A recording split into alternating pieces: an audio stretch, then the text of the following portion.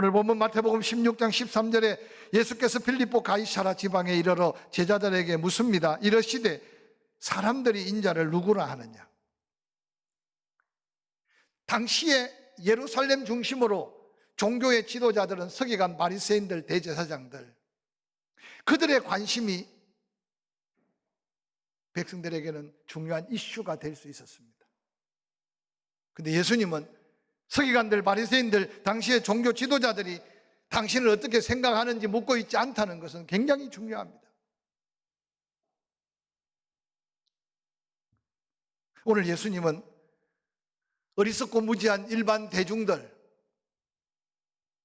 그들은 예수 그리스도를 만났습니다. 그들은 예수 그리스도의 기적을 맛보았습니다. 그들은 예수 그리스도의 복음을 들었습니다.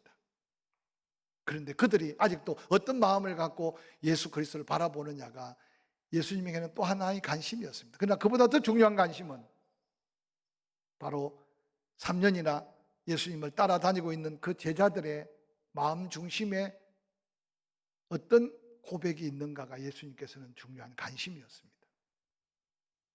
우리는 때때로 왜 세상을 이렇게 어지럽히고 왜 세상이 이렇게 곤란하고 왜 세상이 이렇게 힘든가 때로는 탄식할 수 있을 겁니다. 그러나 계속 제가 강조하지만 우리는 믿든지 아니 믿든지 하나님은 천지를 말씀으로 창조하셨고, 할렐루야, 믿든지 아니 믿든지 이 세상의 주권은 하나님의 손에서, 그래서 은혜도 하나님의 은혜요, 때로는 고난까지도 하나님이 간섭하셔서 믿음 안에 그 고난을 이겨나갈 때 고난까지도 유익하게 하신 하나님을 믿는다면 우리가 바라보는 세상은 세상 사람들이 바라보고 우리가 말하는 말은 세상 사람들이 하는 말과 달라야 한다는 사실을 먼저 끊임없이 깨닫고 경험할 수 있기를 주의 이름으로 간절히 축원합니다. 마태복음 16장 14절에는 그렇게 말합니다.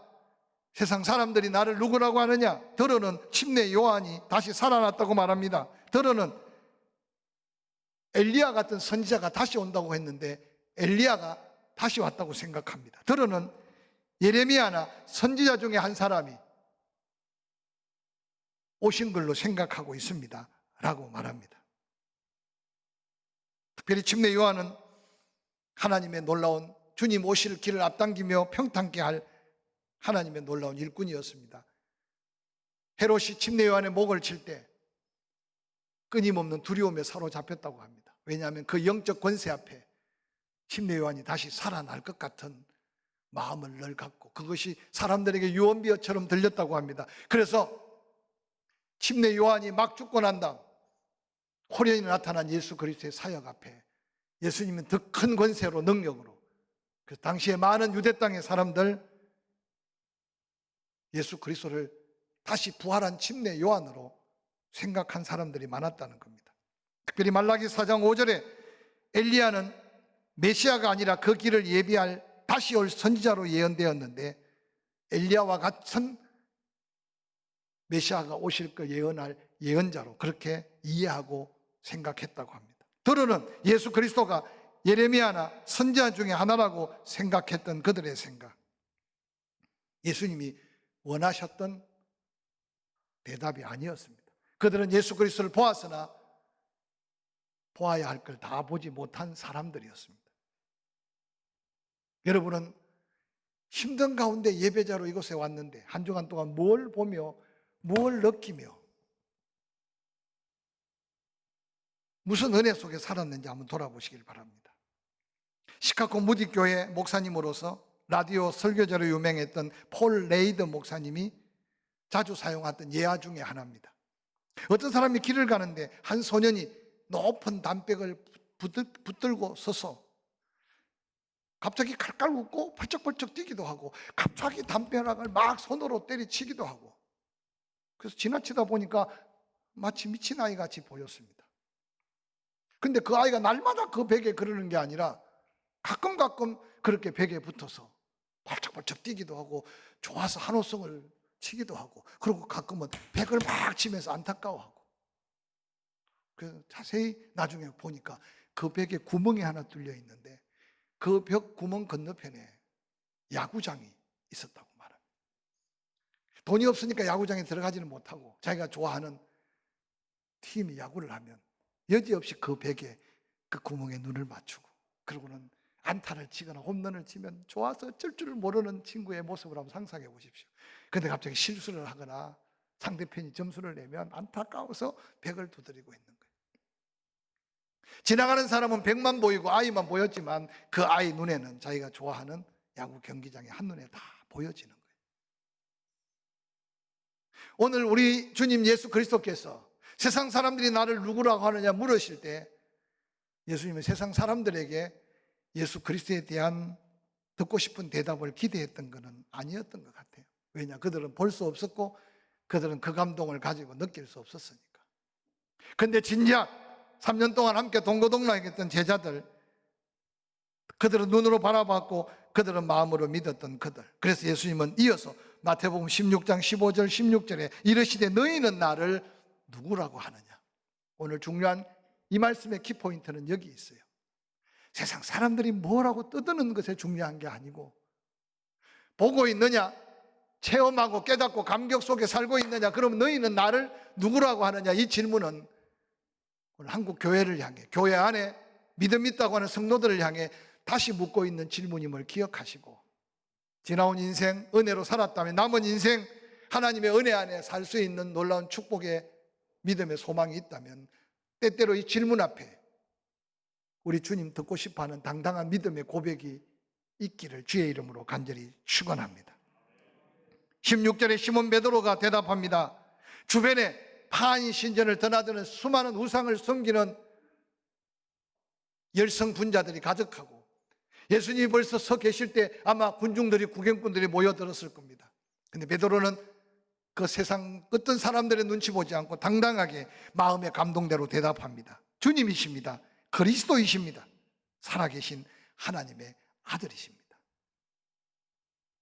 저는 이 말씀을 수없이 듣고 암송하고 설교했지만 우리가 코로나19로 인하여 예배가 제한받고 우리의 삶의 여러 가지 피폐해진 환경 속에 때로는 세상 매스컴이나 정치하는 사람들의 잘못된 관점을 가지고 교회를 바라보지만 하나님은 그들이 뭐라고 하는지 관심 있는 게 아니라 당신의 핏값으로 세운 교회, 구원받은 성도들의 가슴 속에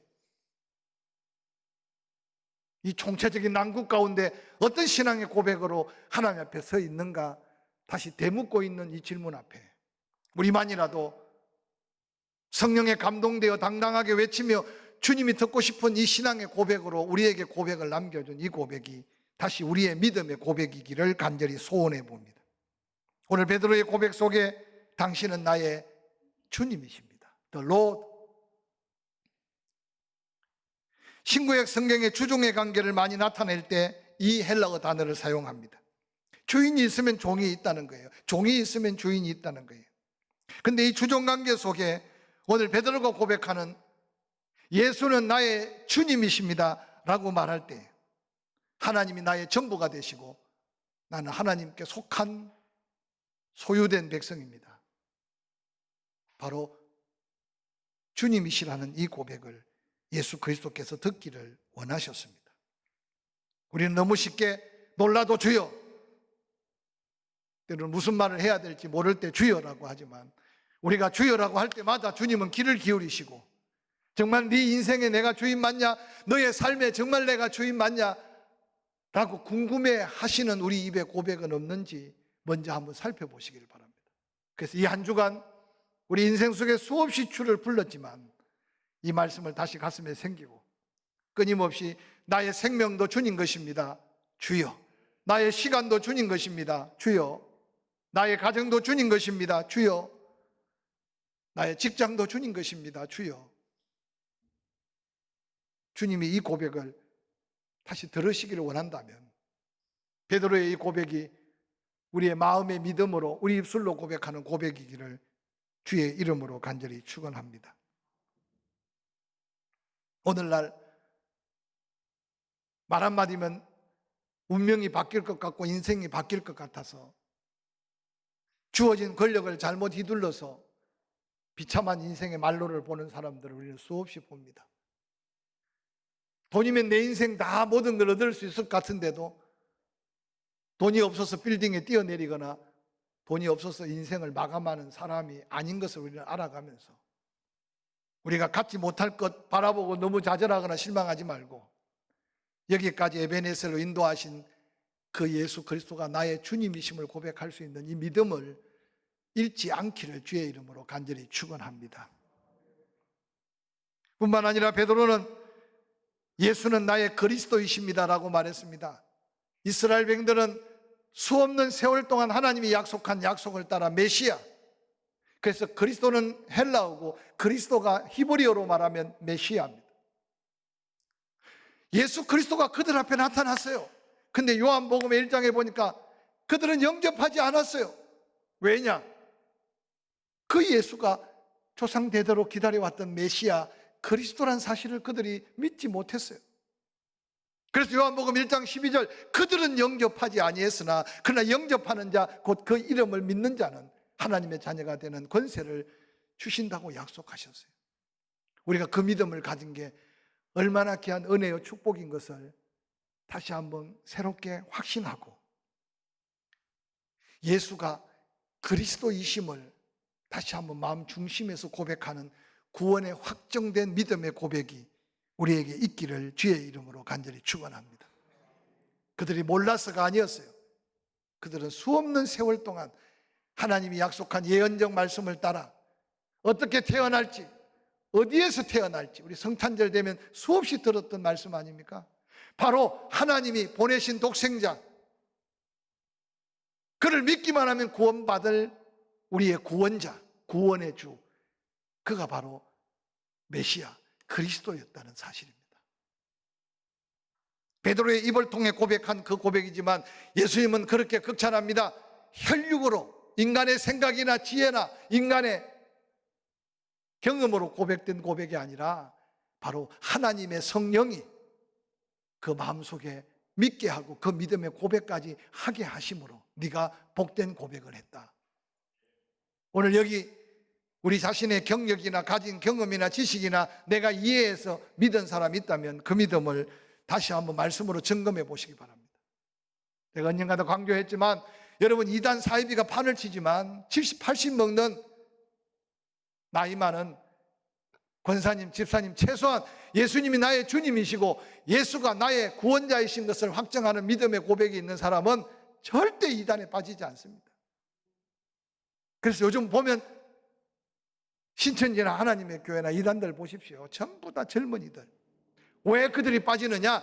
성령의 감동에 이 고백을 할 수 없고 자기 가진 신락 같은 지식, 경험, 자기 이성적인 판단으로 뭔가 마음속에 구원의 갈망을, 열망을 채워보려고 하니까 이단들의 한마디 달콤한 말에 그냥 넘어지는 거예요. 이 혼탁한 시대 속에 세상 사람들이 교회를 향해, 세상 사람들이 믿는 자를 향해 어떻게 손가락질 하든 간에 우리 주님 다시 듣고 싶어하는 믿음의 고백이 당신은 나의 주인이고 나의 모든 것은 당신의 소유된 바이니 당신은 나의 주님이십니다. 뿐만 아니라 당신은 나의 구원자이십니다. 그리스도가 되십니다. 그래서 여러분 구원의 확신 있는 감격이 여러분의 믿음의 고백이기를 주의 이름으로 간절히 축원합니다. 이어서 오늘 베드로는 바로 그 나의 주가 되시며 나의 그리스도 구원자가 되시는 당신은 하나님의 아들이십니다.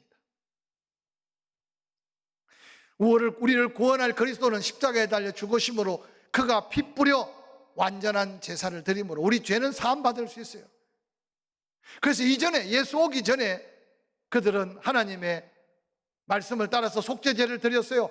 양에게 자기 죄를 뒤집어 씌우고 가난한 사람은 비둘기 새끼라도 잡아서 그 피를 1년에 한 차례 대제사장이 법궤 윗떡궁 속죄소에 그 피를 뿌리고 죄를 사함받고자 기도할 때 하나님이 그 죄를 사하시면 죄가 사해짐의 증거가 제물을 드리러 간 제사장이, 대제사장이 살아서 나오면 하나님은 그 속죄 제물을 받으심의 증거가 되었어요.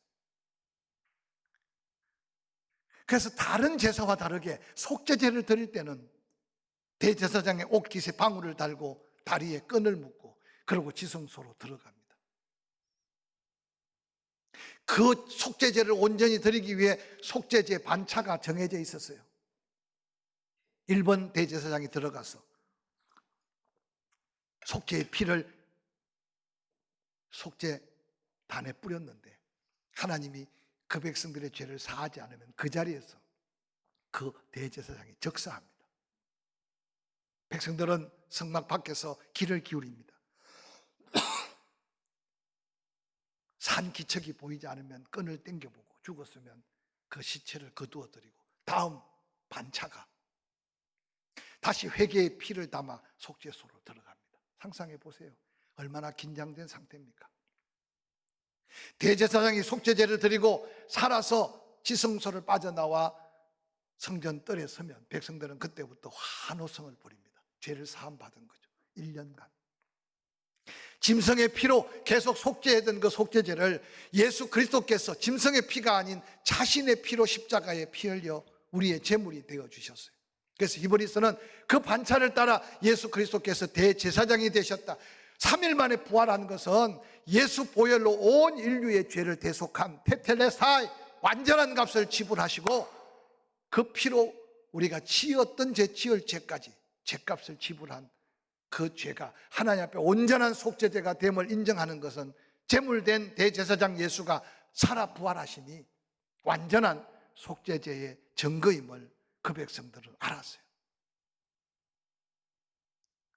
예수님이 십자가에 피 흘려 죽음으로 피값으로 우리의 죄만 식선받은 게 아니라 바로 그 예수가 그리스도가 되시면서 하나님의 아들로 우리에게 함께 하시는 하늘의 권세, 하늘과 땅의 모든 권세를 가지신 예수가 우리의 목자가 되신다는 이 고백은 오늘 다시 한번 우리의 신앙의 고백으로 이어져야 한다는 사실을 기억하시기를 주의 이름으로 간절히 축원합니다.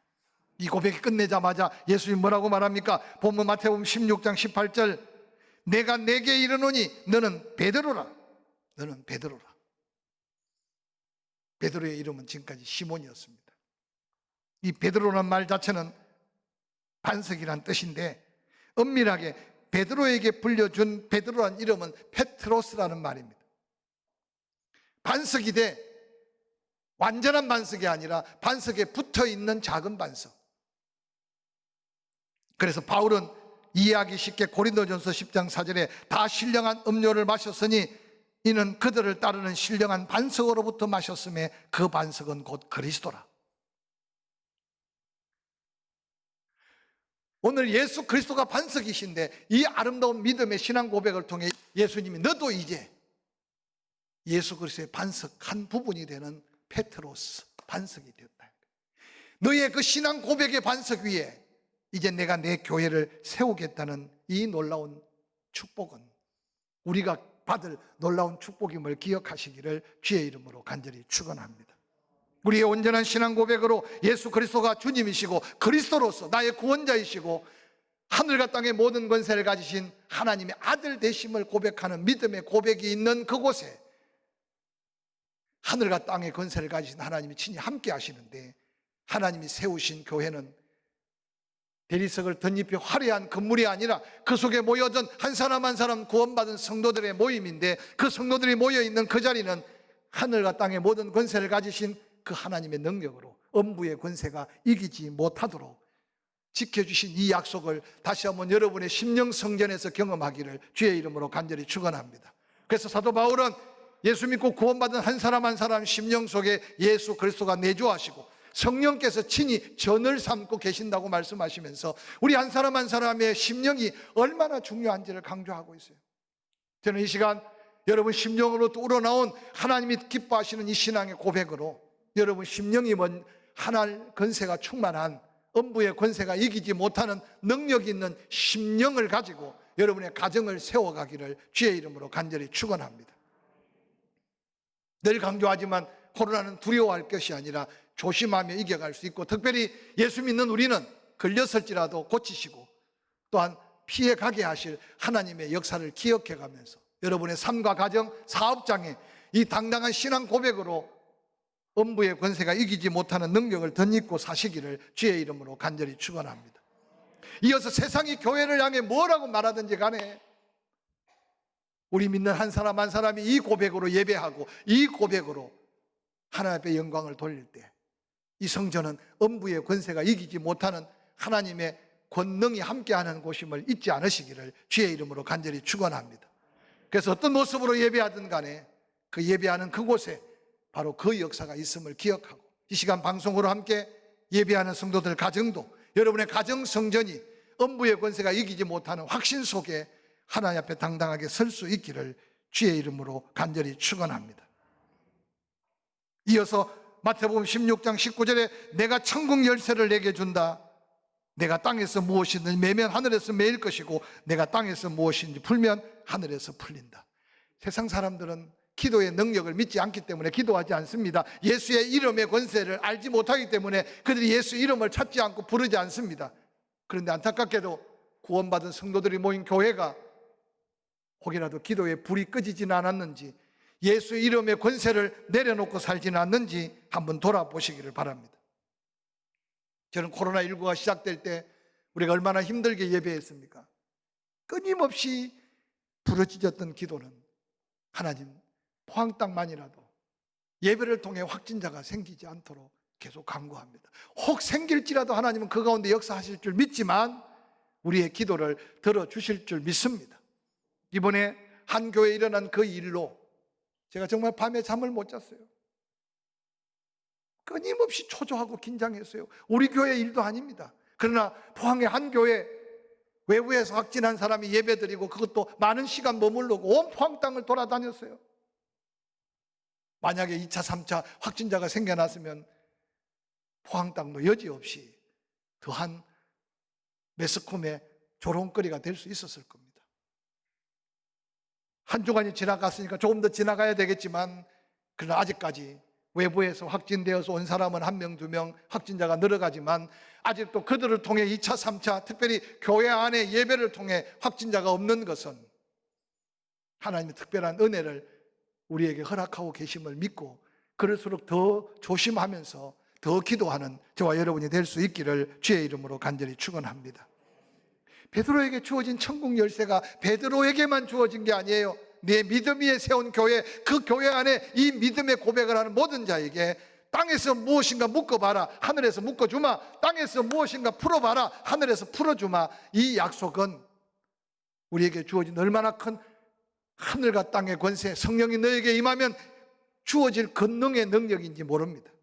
저는 오늘 이때 한국 교회가 특별히 믿는 성도들이 이 놀라운 천국 열쇠의 권력을, 능력을 회복해야 될 때 살고 있음을 잊지 않으시기를 주의 이름으로 간절히 축원합니다. 그럼 오늘 예수님은 베드로를 통해 이 고백을 왜 하게 했을까요? 세상 사람들은 아직 보지도 알지도 못해요. 고백할 수 없어요. 그러나 그 제자들의 이 고백을 통해 복음은 땅끝까지 전해져서 우리의 고백까지 이어졌어요. 저는 도전합니다. 또 한 주간 살아갈 때 우리 입술에 끊임없이 이 고백이 고백되어지는 곳곳에 하늘과 땅의 모든 권세가 함께 펼쳐져 보여져서 어리석은 영혼들이 다시 한번 예수 그리스도가 주가 되시고 구원자가 되시고 하나님의 아들이심을 고백하는 사람들이 우리의 가정, 주변에 믿지 않는 자들의 입술에 함께 고백되어져서 코로나19가 지나가는 어느 날 고난이 유익이라고 고백하며 빈자리가 채워지고 영혼들이 더해 구원받는 하나님의 귀한 역사가 우리 앞에 펼쳐질 것을 확신합니다. 이 믿음의 고백으로 한 주간 승리하시기를 주의 이름으로 간절히 축원합니다.